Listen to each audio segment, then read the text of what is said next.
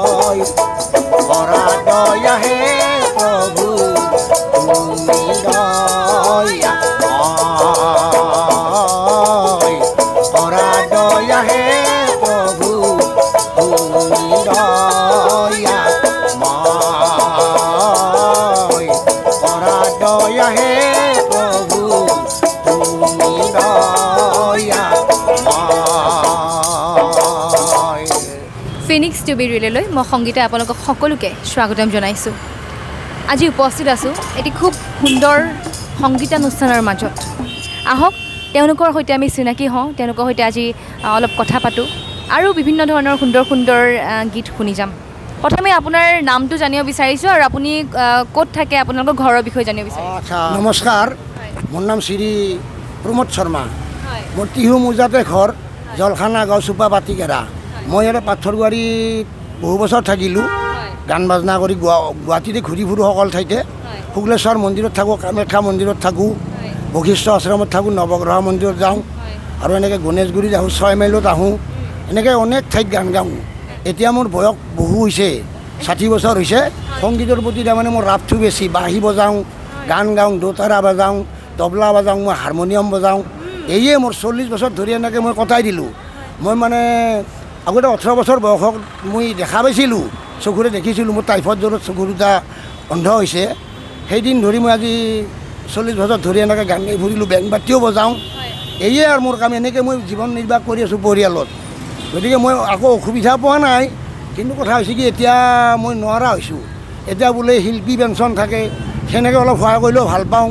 বোলে নহয় গান গোৱা কিছুমান ট্ৰেক থাকে, এটা যদি ট্ৰেক কিনি দিয়ে কোনোবাই তেতিয়াও মই ভাল পাওঁ।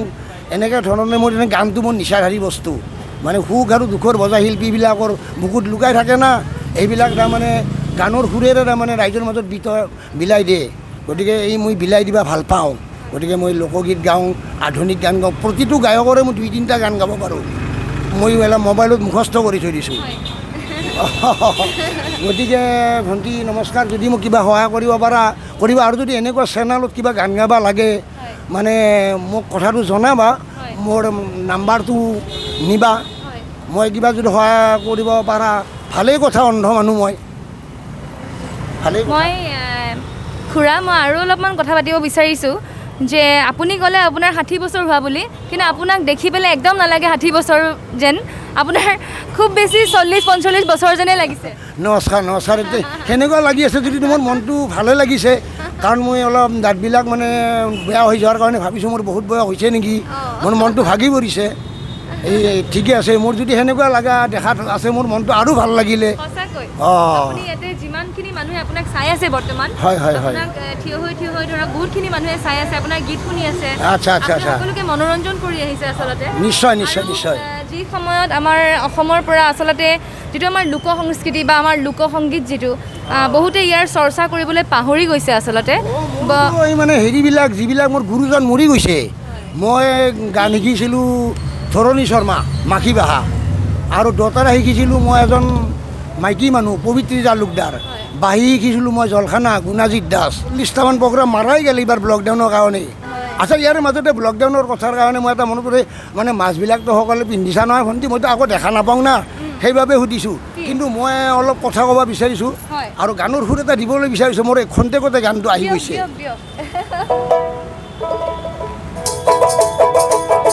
চাইনা দেশৰ বৈজ্ঞানিকে হে জন্ম দিলে তো ভাইৰাছ হৈ উৰা মাৰিলি বহুত লোকে বাচ্চাৰি দি কৰোনা ভাই আপন গৃহে যা, হে বাচ্চাৰি দি কৰোনা ভাই আপন গৃহে যা।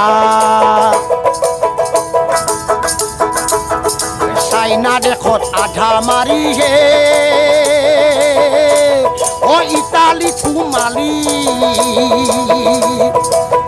আমেৰিকাত আধা মাৰি ভাৰতক আহিলিহে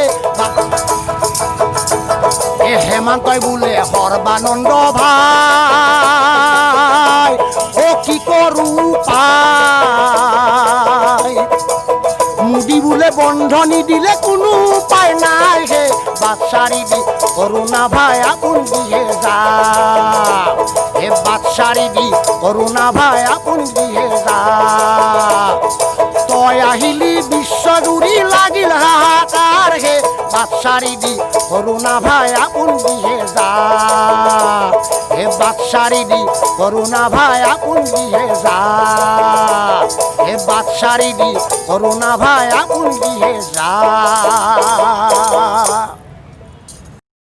শিল্পীৰ পেঞ্চনৰ কথা কৈছে সেইখিনি কাৰণে আমি নিশ্চয়কৈ চেষ্টা কৰি যাম আমাৰো সেইটো দায়িত্ব হয় এগৰাকী অসমীয়া হিচাপে আপোনাৰ ঘৰ আছিলে টিহুত টিহু মৌজাতে জলখানা গাঁওচোপা বাতিগাৰা টিহুত যেতিয়া আপোনাৰ বিভিন্ন ধৰণৰ ঠাইত বিয়া সবাহ পাতে তেতিয়া আপুনি বেণ্ড পাৰ্টিত যায় বেণ্ড পাৰ্টিত যাওঁ 1200-1100 টকা আমাৰ হাজিৰা থাকে খাই বই আনগালেওতো কষ্ট কৰিলেও আগতে 1000-1200 বা 1300-1400-1500 পাইছিলোঁ কিন্তু এতিয়া তাৰমানে দাঁতৰ কাৰণে মই নোৱাৰা হৈছোঁ মানে দাঁতবিলাক মোৰ সোনকালে বয়া হৈ গ'ল সেইকাৰণে মানে অলপ ভাগি পৰিছোঁ মোৰ ভইচ আগত বঢ়িয়া আছিল কাৰণ যেতিয়া খগেন মহন্ত থাকে বাচি তেতিয়াই মই 1984 চনতে মই আকাশবাণীত মই যুৱবাণী অনুষ্ঠানত গান গাইছিলোঁ হয় নেকি প্ৰিয় দৰ্শক বিভিন্ন ধৰণৰ বাদ্য তেওঁ বজাব জানে আৰু তাৰ পাছতো গুৱাহাটী মহানগৰীত ইমান আমাৰ শিল্পী সমাজ এখন আছে ইমান ডাঙৰ সমাজ এখন আছে অৱশ্যে লকডাউনৰ কাৰণে অকল শিল্পী সমাজ বুলি নহয় প্ৰতিজন ব্যৱসায়ী প্ৰতিজন মানুহৰে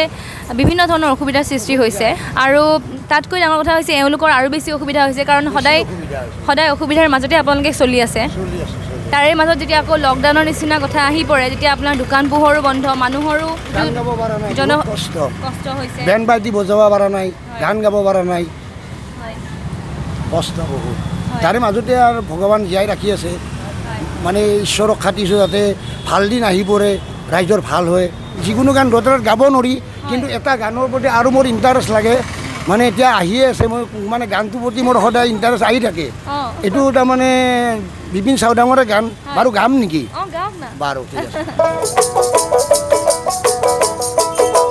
তহৰ বাবে মই আহিছোঁ ওলাই মোৰ দেশৰ মাটিৰ গান গাবলৈ সদায় তহৰ বাবে মই আহিছোঁ ওলাই মোৰ দেশৰ মাটিৰ গান গাবলৈ সদায় ভাৰতৰে পূৰ্ব দিশৰ সোণালী অসম গৌৰৱে চিঞৰো মই জয় আই অসম জয় আই অসম জয় আই অসম জয় আই অসম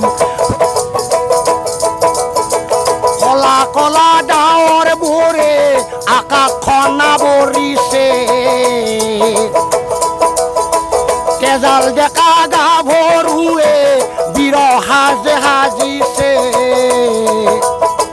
দেশ জাতিক বচাবলৈ অসম সেনা আহিছে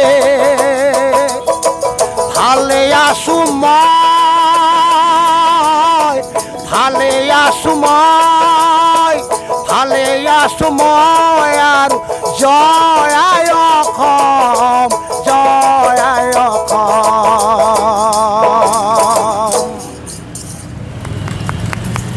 বৰ সুন্দৰ না ভণ্টি দোতৰাত অলপ টান হয় মই এইবিলাক গান হাৰমনিয়ামত গাওঁ দোতৰাত অলপ জটিল হয় তথাপিতো মই ইণ্টাৰেষ্টতে গালোঁ আৰু প্ৰিয় দৰ্শক মাজে মাজে আপোনালোকৰ সৈতেও কথা পাতিছোঁ আৰু মাজে মাজে তেখেতৰ সৈতেও আমি চেষ্টা কৰি যাব লাগে আমি সকলোৱে মিলি তেওঁৰ এই পৰিস্থিতিটোৰ আমি এটা পৰিৱৰ্তন যাতে আনিব পাৰোঁ কাৰণ বহুতো শিল্পী নাম লৈ পেলাই শিল্পীৰ ট্ৰেকটো লৈ পেলাই বহুত আমাৰ অসমত ভালেই বেয়াই বিভিন্ন ধৰণৰ গীত গাই বহুত ধৰণৰ বেলেগ ধৰণৰ এটা স্থান লৈ পেলাই অসমত আছে কিন্তু তেওঁৰ যিটো স্থান কিন্তু তেওঁ সেই স্থানৰ পৰা বঞ্চিত হৈ আছে এতিয়ালৈ তেওঁ এটা সময়ত অল ইণ্ডিয়া ৰেডিঅ'ৰ যুৱবাণীত গোৱা এগৰাকী শিল্পী, যিগৰাকী শিল্পীয়ে তেওঁৰ যিটো সাধনা, সেই সাধনা আজিলৈকে তেওঁ ব্ৰতি ৰাখিছে, আজিলৈকে তেওঁ সেই সাধনা কৰি গৈছে।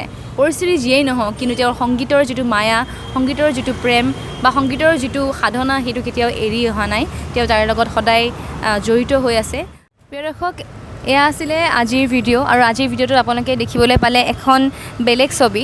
সেই ছবিখন আপোনালোকক দেখুৱাবলৈ চেষ্টা কৰিছোঁ, আৰু আশা কৰিছোঁ যে যাতে আপোনালোকে ইমান দিনে যিখিনি সহযোগ আমাক আগবঢ়াই আহিছে, এইবাৰো আপোনালোকে সহযোগ যেন আগবঢ়ায়, আৰু এওঁলোকক যিয়ে যেনেকৈ চেষ্টা কৰে আপোনালোকৰ সাৰ্থক অনুসৰি তেওঁলোকক সহায় কৰিব পাৰে। এওঁলোকক সহায় কৰিবৰ কাৰণে তেওঁলোকৰ ফোন নম্বৰ এটা আছে, আমি ফোন নম্বৰটো তলত দি দিছোঁ, আৰু আপোনালোকে সেই ফোন নম্বৰত যোগাযোগ কৰি তেওঁলোকৰ লগত কথা পাতিব পাৰিব। যিহেতুকে ইমান সুন্দৰ সংগীত চৰ্চা কৰে তেওঁলোকে, গতিকে সংগীতৰ ক্ষেত্ৰত যদি তেওঁলোকক এখন খুব সুকীয়া স্থান দিব পাৰে আপোনালোকৰ কোনো ব্যক্তিয়ে, তেনেহ'লে বহুত ডাঙৰ উপকাৰ হ'ব। আৰু আমি বিচাৰোঁ যে আমাৰ অসমৰ লোকসংস্কৃতিৰ যিখিনি সংগীত চৰ্চা, সেইখিনি এওঁলোকে ইমান সুন্দৰকৈ অব্যাহত ৰাখিছে। এওঁলোকৰ এই আদৰ্শ, এটা সংগীত চৰ্চাটো এক আদৰ্শ হওক, সকলোৱে যেন লোকসংগীত হওক বা আমাৰ লোকসংস্কৃতিৰ প্ৰতি পুনৰ তেওঁলোকৰ আকৰ্ষণ হয়। আৰু এওঁলোকে এতিয়া যি অৱস্থাত আছে, আমি বিচৰা নাই যে তেওঁলোকে এই অৱস্থাত থাকক সদায়। গতিকে তেওঁ কৈছে যে তেওঁ আজি 40 বছৰে সংগীত চৰ্চা কৰিলে। তেওঁৰ কিবা এটা অসুখ হৈছিলে, যাৰ কাৰণে তেওঁ দৃষ্টিহীনতাত ভুগিছে এতিয়া, আৰু যাৰ কাৰণে তেওঁৰ পুত্ৰও আজি এই ল'ৰাটোৱে পঢ়িব পৰা নাই, স্কুল আধাতে শেষ কৰি দেউতাকক সহায় কৰিছে আচলতে। তেওঁৰ শাহুমাও এগৰাকী খুব সুন্দৰ সংগীতৰ প্ৰতি ৰাপ থকা এগৰাকী মহিলা। আৰু শেষত মই অকণমান খুৰাৰ পৰা লাষ্ট কিবা এটা শুনিব বিচাৰিছোঁ। বিহু কিবা আছে নেকি? বিহু শুনাব নেকি? দতৰাত বিহু দতৰাতে বজাই দিম, কথা নাই। আচ্ছা। মৰমতে মাতো আইমণি বুলি, চেনেহতে মাতো সন্মণি বুলি, মৰমতে মাতো আইমণি বুলি, চেনেহতে মাতো সন্মণি বুলি, মৰম লগা আইমণিয়, চেনে লগা সন্মণিয়, লগতে মৰমীয়, লগতে মৰমীয়, লগতে মৰমীয়। বঢ়িয়া, ঠিক আছে, ঠিক আছে, বহুত ভাল লাগিছে। আৰু এতিয়া আমি সকলোৱে একাপ একাপ চাহ খাম, ঠিক আছে। আৰু আপোনালোকক লগ পাম। আপোনালোকে কাইলৈও আহিব নেকি ইয়াতে? কালি 6 মাইলত যাম কিজানি। হয় নেকি? একদিন ইয়াত আহিলে এদিন 6 মাইলত যাম। প্ৰিয় দৰ্শক, এয়া আছিলে আজিৰ ভিডিঅ', আৰু আমি আশা কৰিছোঁ যে আপোনালোকে আজিৰ ভিডিঅ'টো উপভোগ কৰিছে যথেষ্ট। আৰু বৰ্তমান আপোনালোকক জনাওঁ যে উপস্থিত আছিলোঁ গণেশগুৰিৰ যিখন উৰণীয়া সেতু ফ্লাইঅভাৰ, সেই ফ্লাইঅভাৰৰ ঠিক তলতে এটা মন্দিৰ আছে। ইয়াতে লক্ষী মন্দিৰ আছে, শ্ৰী শ্ৰী লক্ষী মন্দিৰ বুলি লিখা আছে, আৰু এই লক্ষী মন্দিৰৰ একদম সন্মুখতে তেওঁলোক বহি আছে, আৰু এই সংগীতানুষ্ঠান তেওঁলোকৰ চলাই গৈছে। আচলতে তেওঁলোক প্ৰতিদিনেই বেলেগ বেলেগ ঠাইত যায়, কিন্তু তেওঁ এটা কথা ক'লে যে তেওঁ ৰাতিপুৱাৰ যিটো সময় শুক্ৰেশ্বৰ মন্দিৰত থাকে, গতিকে তেওঁক আমি প্ৰায়ে প্ৰত্যক্ষ কৰিছিলোঁ। আৰু তেখেতে বিভিন্ন ঠাইত এনেকৈ ঘূৰি ফুৰে, গুৱাহাটীৰ বিভিন্ন ঠাইত ঘূৰি ফুৰে, লগতে তেওঁ বেণ্ড পাৰ্টিৰ লগতো জড়িত। কিন্তু যিহেতুকে এতিয়া যিটো পেণ্ডেমিক, এইটো সময়ত বেণ্ড পাৰ্টিৰ কথাটো ভাবিবই নোৱাৰি। এনেকুৱা এটা পৰিয়াল চলি যাবলৈ হ'লে আমাৰ সকলোৰে সহায় সহযোগ প্ৰয়োজন। কিন্তু তাতোকৈ আচৰিত কথা এইটোৱে যে ইমান সুন্দৰ সংগীত শিল্পী, ইমান সুন্দৰকৈ তেওঁলোকে সংগীতৰ সাধনা কৰি গৈছে, সংগীতৰ যাত্ৰা তেওঁলোকে অব্যাহত ৰাখিছে, আৰু তাৰ পাছত তেওঁলোকৰ এই স্থান কিয়? আমি আশা কৰিছোঁ যে আমি সকলোৱে মিলি যাতে এটা পৰিৱৰ্তন আনিব পাৰোঁ এই পৰিয়ালটোলৈ। তেওঁৰ যি দৃষ্টিহীনতা, সেয়া কিন্তু তেওঁৰ জন্মগত নহয়, কিবা এটা বেমাৰত ভুগিহে তেওঁ দৃষ্টিহীন হৈ পৰিছিলে। আমি সকলোৱে মিলি এতিয়া চেষ্টা কৰিব পাৰোঁ নেকি, চিকিৎসকৰ সৈতে পৰামৰ্শ ল'ব বিচাৰিম যে তেওঁৰ যাতে পুনৰ আগৰ অৱস্থা ঘূৰি আহক, পৃথিৱীখন যাতে তেওঁৰ চকুৰেও পুনৰ দেখিবলৈ পাৰে। তাৰ কাৰণে আমাৰ চিকিৎসকসকলৰ সহায় সহযোগ লাগিব, আৰু আপোনালোকৰো সহায় সহযোগ লাগিব। আহক এটা জীৱনৰ আমি পৰিৱৰ্তন ঘটাওঁ। কিদৰে এই পৰিৱৰ্তন ঘটাম সেয়া আমি পৰৱৰ্তী সময়ত নিশ্চয় গম পাম। গতিকে এয়াই আছিলে আজিৰ ভিডিঅ'। আপোনালোকে যদি ভাল পাইছে এই ভিডিঅ'টো শ্বেয়াৰ কৰিব, যাতে বহুত লোকে, অসমৰ বিভিন্ন চুকে কোণে থকা প্ৰতিজন সংগীত প্ৰেমী ৰাইজে তেওঁৰ গীত আৰু তেওঁৰ কথাখিনি শুনিবলৈ পায়, দেখিবলৈ পায়। গতিকে আপোনালোকে এই ভিডিঅ'টো শ্বেয়াৰ কৰিব আৰু চাই থাকিব ফিনিক্স to be real. Thank you so' much.